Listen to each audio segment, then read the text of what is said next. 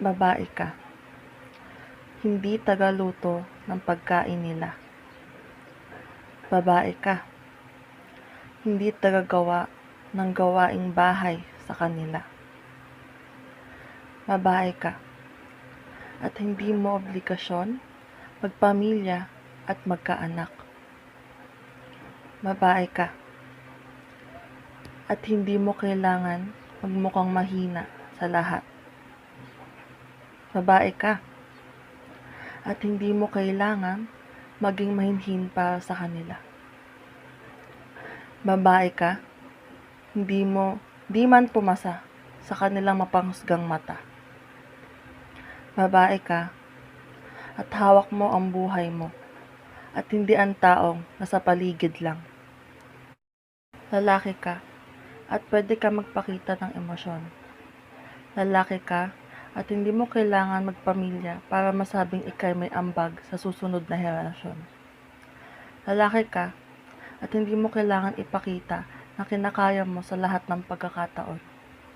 Lalaki ka, at hindi mo kailangan maging matikas at matatag.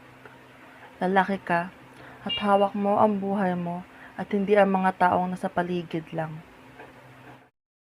Stereotype, social norms, gender roles.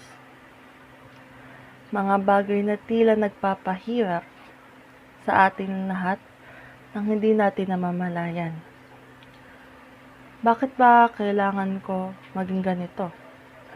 At hindi tulad ng anak ng kung sino? Bakit kailangan ko makisabay sa inaasahan ng buong komunidad na kinabibilangan ko? Pasensya na kung hindi ako mahinhin at magaling sa gawaing bahay tulad ng anak ni Aling Tessa.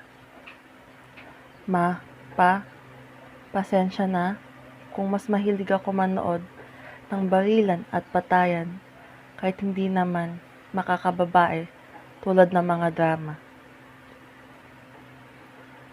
Kasalanan ko ba? Kasalanan mo rin ba na hindi ka pumasa sa inaasahan nila? Patungo sa komunidad na tanggap kang tunay. Hayaan mo na ang bagong henerasyon ang iyong maging gabay. Sapagkat ang ibang mata sa ngayon ay tila nagbubulag-bulagan sa pagbabago ng panahon. Ang bawat tao ay dapat nirerespeto anuman ang kasarian nito dahil hindi rito nasusukat ang taglay na galing ng isang tao.